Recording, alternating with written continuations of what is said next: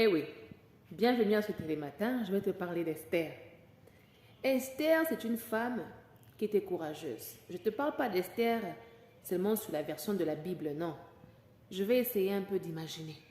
Si Esther était dans mon monde, maintenant là, si Esther c'était moi, si Esther c'était ma soeur, si Esther était ma cousine, ah ouais. Essayez un peu de moderniser, ok? Modernisons un tout petit peu Esther. Alors je vois Esther, cette jeune demoiselle, qui n'est pas la plus belle d'ailleurs, parce qu'il y a toujours une qui est toujours plus belle que soi. Quelque part dans le monde, il y a toujours une femme qui est plus belle que nous. Ah ben oui, on n'est pas la plus belle. On peut être la plus belle chez certains et la moins belle chez d'autres. Ah ben oui, c'est comme ça. Ouais, les goûts et les couleurs ne se discutent pas. Ah ben oui, ce que toi tu aimes, c'est pas forcément ce que moi je vais aimer. On est bien d'accord sur ça? Ok, alors on continue. Esther, cette jeune demoiselle, elle vivait sa vie, une fille très courageuse, audacieuse, qui n'hésitait pas à dire les choses telles qu'elle les voit. Elle n'avait pas froid aux yeux. Elle disait non quand il faut dire non. Elle savait dire oui, elle a étudié, elle a appris. Elle n'avait peut-être pas les moyens d'aller à l'école comme tout le monde, mais elle s'est formée sur Internet. Elle s'est formée auprès de son père, en lisant des livres, en faisant des recherches. Elle n'a pas vraiment été attirée par la vue des boîtes de nuit. Elle n'a pas vraiment été attirée par la vie des petites amies, coucher avec celui-ci, toucher ceci, toucher cela. Non. Mais ça ne veut pas dire qu'elle n'avait pas un petit crash dans son quartier. Non, comme toute jeune demoiselle d'ailleurs, on a tous eu cette époque-là, cette période-là où tu as eu un crash pour quelqu'un. Parfois tu étais naïve, bah oui. Comme nous autres, si on a été des naïves, ah bah bien sûr. C'est pas un péché d'être une femme naïve. C'est pas du tout un péché. C'est pas aussi un défaut. C'est dans ta naïveté que tu apprends de tes erreurs pour devenir la meilleure version de toi-même afin de ne plus te laisser bully par certaines personnes. Ah oui, donc la naïveté de notre côté, c'est important pour te permettre d'ouvrir les yeux, de comprendre que oui, c'est important. Alors un bonjour, elle commençait une relation par rapport au film. Là, je parle par rapport au film d'Esther. Esther commençait à avoir un crash pour un frère dans son quartier. Elle voulait même se marier avec ce frère-là, parce que le frère-là, elle l'aimait bien. Mais le frère-là aussi était un peu timide. Il ne savait pas vraiment comment assumer la relation. Ah, ben c'était un grand danger pour lui. Parce qu'il ne savait pas ce que Dieu planifiait pour Esther. Parce que quoi, quand Dieu te confie quelqu'un, il faut bien faire les choses. Il faut bien entretenir la personne. Ne prends pas quelqu'un pour acquis. Parce que si tu continues à prendre les gens pour acquis, tu finiras par perdre. Ah oui. Et le monsieur te disait que non, j'ai tout le temps, je finirai par aller voir Mardoché, et puis on va arranger, et puis je vais épouser Esther, et tout ça, tout ça. Un jour, Vasti fait des bêtises là-bas, dans la cour royale. Elle fait du n'importe quoi au trône. On la dégage. Ok. Et le roi envoie le message qu'on arrête toutes les filles, les vierges, les tout. On a ramassé aussi Esther là-dedans. Elle est rentrée là. Esther n'était pas intéressée par le roi, malgré que le roi avait l'argent. Tu peux rencontrer un homme, il peut avoir l'argent, il peut être beau, mais il ne te dit rien. Parce que parfois, chez nous, les femmes, on regarde plus aussi le côté sexuel. Est-ce que sexuellement, il va me satisfaire? Ah ben oui. Il y a aussi l'autre côté, l'autre aspect. Chez la femme qui regarde, est-ce qu'il me portera spirituellement? L'argent qu'il a, il a eu ça où? Ah ben oui. Parce que ça fait aussi peur de te marier avec un homme riche, tu ne connais pas les sources de ses revenus. Ça fait peur, oui. Je préfère encore me marier avec un homme qui, lui et moi, étions pauvres, on a grandi ensemble, on a cherché ensemble, on s'est construit ensemble. Là, je connais ses sources de revenus, j'ai confiance en lui, il est devenu mon ami. Parce que les femmes aiment se marier avec les hommes qui deviennent leurs amis. Quand il n'y a pas l'amitié, quand il n'y a pas de complicité entre vous, c'est un grand problème dans le couple. Ah oui, on doit se le dire ouvertement. Alors, Esther réfléchissait, elle commençait à faire du n'importe quoi. Elle commençait à montrer la femme têtue. Pour qu'on la chasse, qu'elle reparte à la maison. Pour qu'on ne la choisisse pas par le roi. Elle oubliait que sa têtutesse-là, son côté craziness, son côté crazy, c'est ce qui a tiré même le roi. Le roi a dit, mais elle est unique celle-là. Elle est différente. Quand elle fait les le roi, il aime ça, il prend plaisir à la voir s'agiter. Il y a des rois qui sont tellement sages, il y a des hommes dans ce monde qui sont tellement sages que quand toi la femme, tu t'agites là, lui, il te regarde seulement comme ça et il prend plaisir à ça. Et il y a de ceux aussi qui, quand tu t'agites comme ça, ils se nourrissent de ça. Ceux qui sont démoniaques, les gourous spirituels, là, ils se nourrissent de tes colères, de tes dépressions et tout. Mais il y a aussi des hommes sages, matures, qui n'ont pas besoin de te voler l'énergie, qui prennent juste plaisir à te voir te perdre. Toi, tu penses ça? Non, je pense que c'est ça. Lui, par contre, il n'est même pas là-bas, mais toi, tu es là-bas. Il y a des hommes aussi matures et quand ils te regardent, ils disent, non, elle ne me comprend juste pas. Mais oui, un homme charismatique et tout. Et le roi était comme ça. Et le roi a observé, minutieusement. Ah ben oui, minutieusement. Il a observé Esther. Et il a dit, c'est elle qu'il me faut. Parce qu'avec elle, j'irai loin. Je ne m'ennuierai jamais. Parce que je peux me réveiller un bon matin comme ça, elle pète les câbles. Donc avec toi, je peux m'attendre à tout sauf à rien. D'autres hommes aiment ça. Mais il y a aussi des hommes qui n'aiment pas ça. Ils se disent que non, mais moi je veux une femme que je maîtrise. Quand je te maîtrise pas, c'est pas bien. Parce que quoi, ils veulent avoir tout le temps le contrôle.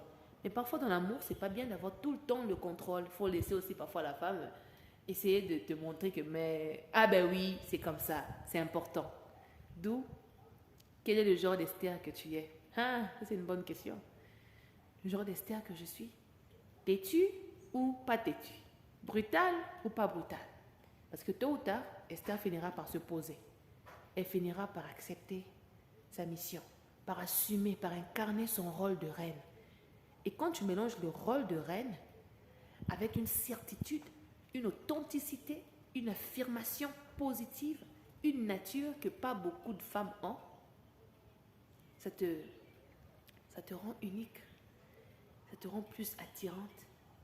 C'est pourquoi, quand vous cherchez les femmes, il faut bien zoomer, il faut bien scanner, parce que les bonnes femmes, tu ne les trouveras pas dans la rue.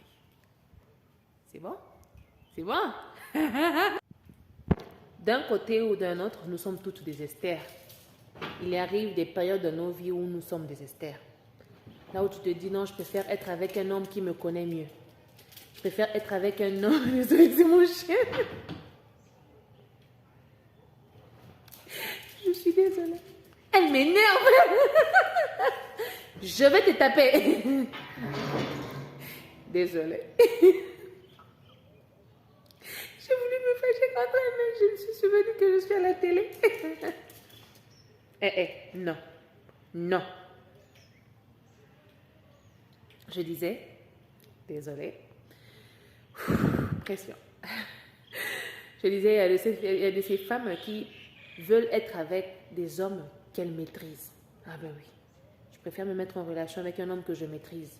Combien même c'est douloureux, combien même il n'a pas les moyens, il n'a pas l'argent, mais c'est plus mieux pour moi parce que je le connais. Je le connais très bien. On est déjà habitués à être ensemble. Mais des fois, il faut prendre des risques. Esther a fini par côtoyer le roi. Elle a fini par s'asseoir avec le roi. Elle a fini par apprécier l'homme que le roi était. Ce que le roi ne montre jamais devant tout le monde, elle a fini par le découvrir dans le secret. Elle a conservé ça. Et tu sais quoi? Il arrive aussi un moment dans la vie où Esther a eu à assumer qui elle était. Qu'elle venait d'une famille pauvre, qu'elle était misérable, minable, que le roi l'a donné la chance de briller. Et elle est repartie chez le roi pour lui dire ce que son serviteur avait planifié faire pour son peuple. Que moi aussi je mourrais. Il fallait qu'elle puisse oser dire la vérité, se livrer à nu pour que le roi intervienne en sa faveur. D'où, parfois quand Dieu nous donne des gens qui sont plus élevés que nous, c'est pour notre propre bien, notre propre sécurité. Et de fois, on est appelé à faire des choix difficiles. Abandonner notre zone de confort pour quelque chose, pour l'incertain. Pour quelque chose qu'on ne maîtrise pas, parce que ça va marcher, ça ne va pas marcher. Ça peut marcher tout comme ça ne peut pas marcher. Il peut me maltraiter tout comme il peut m'aimer et me chérir. Mais en tout ça, pas un pas sans Jésus. Prière toujours et puis on avance. Et avant de faire des choix, après avoir prié, il faut mûrement réfléchir. Le roi aux paysans, qui m'aidera à avancer mieux? Qui m'aidera à devenir la meilleure version de moi-même? Est-ce que c'est le roi qui m'aidera à devenir la meilleure version de moi-même? Ou bien c'est le paysan? Il faut faire un bon choix. Pour toi, pour tes enfants, pour ta famille, pour ta génération à venir. Alors, réfléchissons mûrement avant de décider. Que Dieu nous bénisse. Écoute ceci. Quelqu'un m'a posé la question la fois passée, bien la personne m'a dit tout simplement la fois passée que « Oh, c'est Régine, tu sais d'ailleurs, je viens de rencontrer ton ami. » J'étais étonnée. J'étais choquée, je dois l'avouer. J'ai dit, tu as rencontré qui?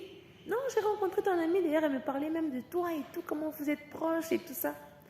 Je lui ai dit, ne tombe plus jamais dans ce piège. Parce que mon vrai ami, c'est Jésus. Et prochainement, si quelqu'un te dit que non, je suis ami à Régine, demande-lui cette seule question. Quel est mon plat préféré? Et s'il réussit à te dire quel est mon plat préféré et que tu viens me dire et que je te confirme, là, ça c'est mon ami. Car il y a seulement mes amis qui connaissent mon plat préféré. Et c'est qui mes amis? Ma famille. Point final. Ce que je ressors dans ce message, c'est que tout le monde peut penser être tes amis. Tu peux courtoyer les gens, tu peux courtoyer une communauté, tu peux courtoyer des gens. Et ces personnes-là, ils sont maintenant à l'aise tellement avec toi qu'ils pensent qu'ils sont devenus tes amis. Au fond, là, ils ne sont pas tes amis et ils ne le seront jamais. Jamais du tout. Ce n'est pas parce que je ris avec toi que tu es mon ami. Ce n'est pas parce que je te réponds de temps en temps sur Internet, ou bien sur Facebook, ou bien sur WhatsApp que tu es mon ami. Ce n'est pas parce que tu as mon numéro dans ton téléphone que tu es mon ami. Ce n'est pas parce que je suis allée avec toi 1 ou 2 fois au restaurant que tu es mon ami. Ce n'est pas parce que je prie avec toi que tu es mon ami. Non, je suis désolée. Mes amis, je les choisis minutieusement. Et mes amis, je dois te faire comprendre que tu es mon ami. L'amitié, ça se mérite. Et oui, c'est la raison pour laquelle ceux qui ont mérité d'être mes amis sont très peu. Et je suis désolée. Il arrive un temps dans la vie où tu ne dois plus t'asseoir avec tout le monde. Tu ne dois plus être ami avec tout le monde. Toi qui es encore mal à l'aise du fait que je n'ai pas d'amis, je me sens seule. Arrêtons ça. Tu te sens seule? Pars sur Internet. Prie, cherche la face de Dieu, fais des recherches. Ok? Tu peux te réjouir avec les gens sans pourtant être ami avec eux. Quelqu'un m'a fait une reproche, deuxième chose. Quelqu'un m'a fait une reproche. Tu es rare, on ne te voit presque jamais. Il y a eu une période de ma vie où je me faisais voir. Il y a eu une période de ma vie où j'étais avec presque tout le monde. J'étais partout, je m'efforçais d'être là pour ne pas paraître mauvaise, méchante. Mais quand j'ai porté ma casquette, quand j'ai porté ma nature, mon identité en Jésus, quand j'ai assumé qui je suis et que j'ai embrassé mon ministère, le Seigneur m'a fait comprendre que je suis Élie. Je dois être au désert pour que vous puissiez recevoir de moi. Et si quelqu'un comme toi, connaissant ton comportement, connaissant tes habitudes d'autrefois, si je m'assois et que je reste avec une personne comme toi longtemps, tu vas finir par me manquer de respect. Et tu vas oublier l'onction que je possède en moi. C'est pourquoi je t'évite tout simplement pour garder le respect là. Quand tu me vois toujours comme ministre Régine. Point final. C'est important. Ah oui. D'où, ne te fâche pas et ne me juge pas si tu ne fais pas partie de la liste de mes amis. Pour faire partie de la liste de mes amis, tu dois être capable de me porter spirituellement, premièrement. Tu dois être capable de consacrer ton temps à prier pour moi, avec moi. Tu comprends? Troisièmement, tu dois me protéger. Si tu ne me protèges pas, tu n'es pas mon ami. Tu ne dois pas juste profiter de moi. Si tu veux être mon ami, prépare-toi à ce que je puisse aussi puiser de toi. Il n'y a pas que toi qui dois prendre mon énergie, mon argent. Non, je dois aussi bouffer ton argent. Je dois aussi prendre ton énergie. J'en ai besoin pour avancer. Donc, si tu ne fais rien de tout ça, tu dois me conseiller comme je te conseille. Tu dois être là pour moi tout le temps quand j'ai besoin de toi. Parfois, quand je veux te chasser, tu dois insister à rester. Quand ça n'ira pas, tu dois rester. Tu ne dois pas fuir.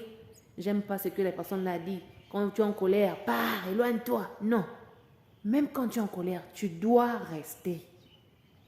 Si quand tu es en colère, tu te retires, tu t'éloignes un peu et puis tu reviens après, tu n'es pas mon ami. Parce que je dois voir ta colère. Oui, je dois expérimenter ta colère. Tu dois aussi expérimenter et supporter ma colère. Quand je suis malade, tu dois être là. Si je fais la diarrhée sur mes habits, tu dois être capable de me laver. Quand je serai humilié et trahi, tu dois me défendre. Si tu ne le fais pas, tu n'es pas mon ami. Tu ne peux pas me laisser affamer. Je te dis, je n'ai pas mangé. Tu me laisses affamer. Tu n'es pas mon ami. Parce qu'à ton tour, je ne le ferai jamais. Je serai là pour toi. Alors, ne me juge pas quand je choisis qui sont mes amis, qui ne sont pas mes amis. Et quand je te mets dans la catégorie de connaissances, reste-y, parce que tu ne mérites pas d'être mon ami. À partir de maintenant, toi aussi, fais le tri pour vivre en paix et heureux dans ta vie. Beaucoup de gens pensent qu'en se taisant, en restant silencieux, c'est là que tu cultives la paix. C'est une erreur. C'est une erreur. Combien d'entre nous avions décidé de nous taire, de garder silence, là où nous étions censés parler, prier, chasser, dire non, rebuke, comme on le dit en anglais. Parce que quand tu gardes ça dans le cœur, croyant que tu cultives la paix, ça te range à l'intérieur et tu meurs à petit feu. Tu gonfles comme un tonneau et tu finis par exploser. Boum! Et quand tu exploses, boum, comme un tonneau, on ne peut plus ramasser les morceaux, on ne peut plus rassembler les puzzles, on ne peut plus réparer.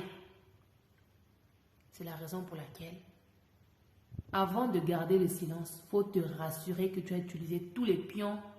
Parler, te fâcher, agir, montrer, démontrer. Fais comprendre ton point de vue d'abord. Je ne suis pas Dieu pour deviner ce que tu penses. Tu n'es pas Dieu non plus pour deviner ce qu'il y a dans ma tête. Il faut que je te le dise. C'est quand je te l'ai dit et que je vois que ça n'est pas, c'est pas productif, tu ne réagis pas comme je le souhaiterais, là, on décide de prendre le silence.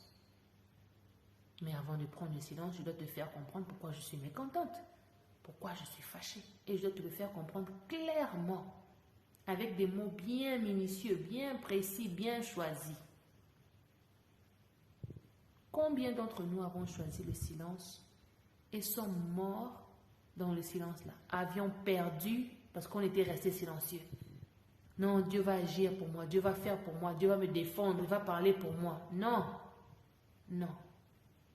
Il y a des endroits où c'est moi qui dois parler. Il y a des endroits où c'est moi qui dois dire non. Ça, c'est de l'abus. Arrête avec ceci. Je ne tolère pas ceci. Je ne veux pas cela. Ainsi, tu sais au moins ce que je pense dans ma tête. Lorsque je déciderai après ça de prendre mon silence, de l'appliquer devant toi, tu comprendras pourquoi j'avais décidé de changer mon comportement envers toi. Il faut toujours parler. C'est important. Et aussi, n'oublie pas que se taire n'est pas synonyme de maturité, ni de sagesse. Car beaucoup de personnes se sont tues parce que tout simplement ils n'ont rien à dire. Parce qu'ils ne sont pas intelligents. Parce que ce sont des profiteurs. Ils te laissent toi faire tout le boulot et lui à la fin il vient juste récolter.